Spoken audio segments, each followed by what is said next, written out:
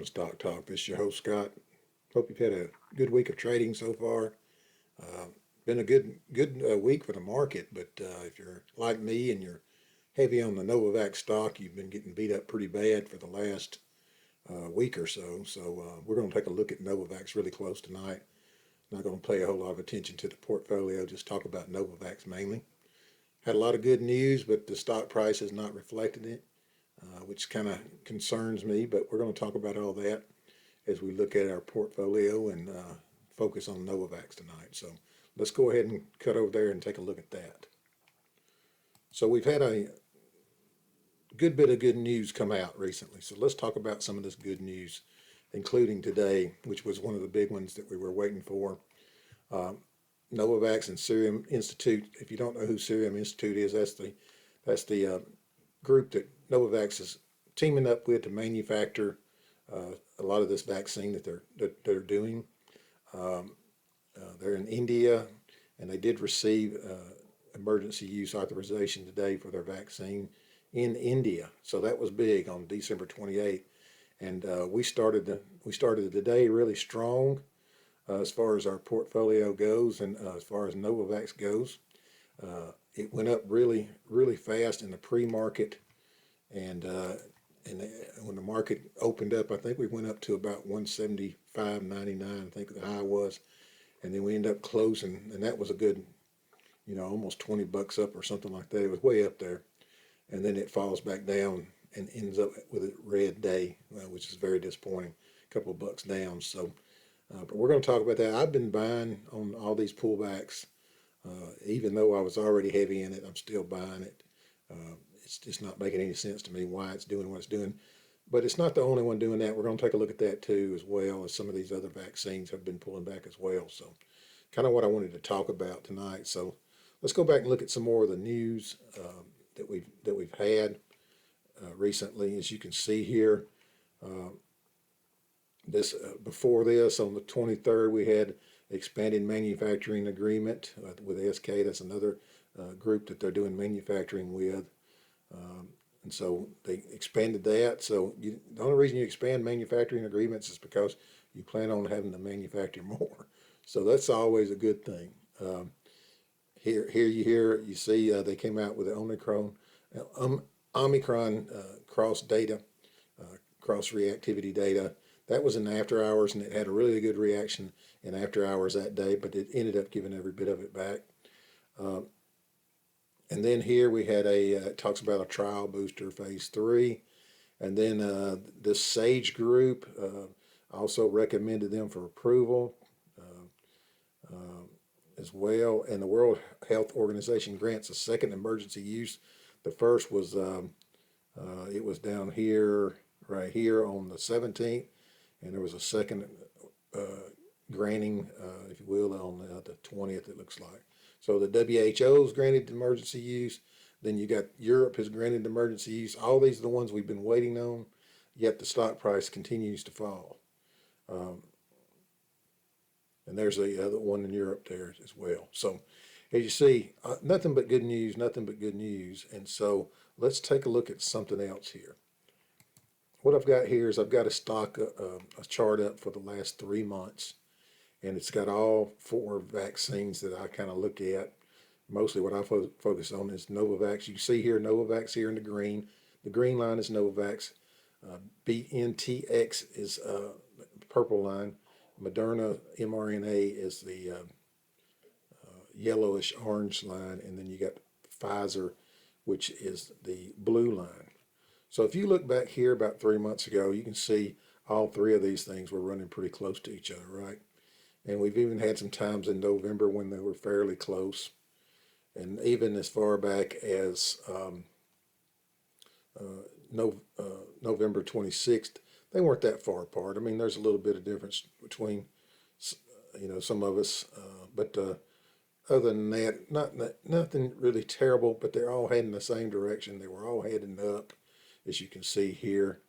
But, Pfizer has this pill thing that they're coming out with, this treatment. They barely have any of them in stock, and it's not going to be very many of them made next year either. So, and it's very expensive, and it's only You got 3 days to do it, and it's just a whole lot of things. It's really not a vaccine. So, but it is affecting these vaccines as far as driving the prices down on them. You can see it continues to rise, even though it's had a few days here where it's gone down. But this is really where it started here. When this one started going up, we started going down pretty good based on that news. Now, what I want you to notice though is as bad as Novavax has been doing with all this good news, they're right there with Moderna right here just a few days ago on 12/17. Now we've fallen below Moderna, but we're still ahead of this. No, I mean Moderna. I'm sorry, Moderna is this yellow line, so we're ahead of Moderna, and that's probably the closest thing to us. And then you've got this BNTX is another one that's out there, but it's still a little bit further ahead of us. But we're ahead of Moderna. That's kind of the one I track us with all the time. And as far as percentage wise, we are down in the 3 month period, a negative 32%, where they're down even further. But so that's telling me, you know, they've got they're actually jabbing people's arms. They've got a lot of vaccines that they put out there, so they got a lot of revenue that's coming in. That's what we're not there yet, and that's what's going to be coming up in the future. Is we're going to actually start making money at some point. Once we get these approvals and we get this stuff shipped out and we start jabbing those arms, that's when you see that revenue start to come in. And that's what's going to drive this price up.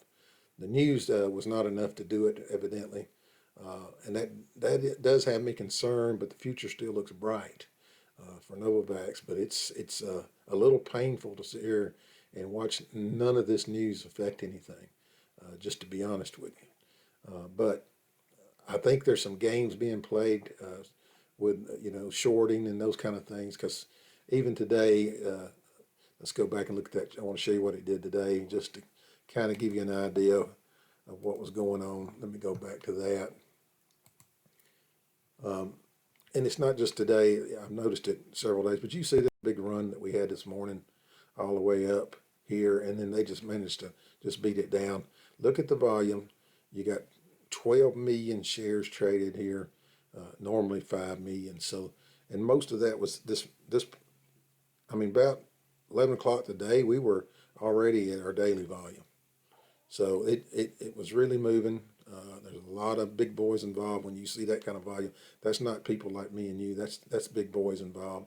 And so it ran all the way up here. I think what happened was you had a bunch of shorts. They did cover this morning, and then it looks like they jumped right back into the thing here. And so they're making money both ways, and that's the way they do. And they want to shake you loose of your shares, and that's why it's very hard to hold, because when you start looking in a month where you see this kind of thing up, down, up, now back down again, and this could go back to here again. We're right in probably this range here. Hopefully we can hold that. But FDA approval is supposed to be coming up too. That's what we hope to hear next, based off of the recent moves of Novavax. I'm not sure that's going to buy us anything either, unless today was the end of the worst. Hopefully it was, but the second half of the day just didn't indicate that to me. It's indicating that the shorts have got this thing under their control right now. The bulls have lost control, though they did grab it a little bit this morning. It looked like maybe that was just shorts covering, but the bulls are definitely not in control of this one right now, and that's not a good place for us to be. But like I said, they got all these approvals. Everything is going the right direction, so the company's not broke. The market's definitely not broke, because it's been green many days, even including today. And so what we've got right now, we got a stock that's broke, and the reason this stock is broke is because vaccines are out of favor right now. Now this is a wonderful time to buy. I just wished I would have held out a little bit longer before I started buying. As usual, that's what happens a lot of times when you first get an initial dip.